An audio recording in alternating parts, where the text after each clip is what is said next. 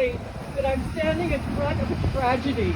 I'm standing in front of a humanitarian crisis where over 50 human beings, they are not numbers, have died, where hundreds of their relatives are unable to be with them when they die, where seniors are calling 911 for food, where people are dying of dehydration, and where staff are working without adequate PPEs, where staff are underpaid, and many of the staff here don't have enough sick days, so they can't afford to take time off work. Where the average hourly wage is in the 20s for most staff.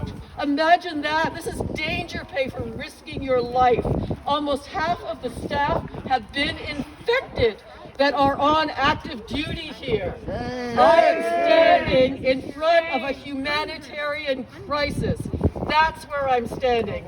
And I am standing for all of those people out there who couldn't be here, who couldn't be with their loved ones, and for those who have died across the country, not just here. And I ask you, we don't have GPs working for a profit. We don't have hospitals working for a profit. Why, when they're at their most vulnerable, at their most fragile, do we insist on making a profit from our seniors' illness and frailty? It's outrageous and it's disgusting. It's outrageous and it's shameful and it's disgusting. And then, what has the government done? First of all, Minister Fullerton has never stepped into this place. She called it in. She phoned the management. And then she came out and said the situation is stable.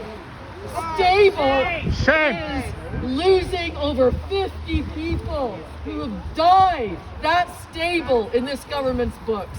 That's what they call stable. Where is she? Where is the minister? Why isn't she here? Why isn't she inspecting every long-term care place that has an outbreak and that is under this kind of situation? Why isn't she standing with the staff? Why isn't she paying the staff what they deserve? Danger pay for risking their lives and their families' lives. Why isn't she doing that? What has this government done? Made it more difficult to sue places like this. That's what they've done.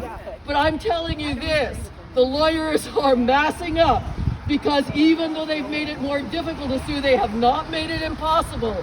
So I say get a lawyer, and also, more importantly, nationalize healthcare from cradle to grave. Nationalize healthcare. We fought for this. Tommy Douglas fought for this. You know, many people, this is what makes us different from south of the border. Why are we going down this route in this province? This is outrageous. And I say to the families, you are not alone. You are not alone. I would say most people in this country and in this province, in this city, stand with you and desperately pray with you that not one more senior dies until this management pays the price. So stand up, fight back, and remember, this could be you, and this could be your loved one. So stand with our seniors, stand with our frail, and no more profit in healthcare, please. Thank you.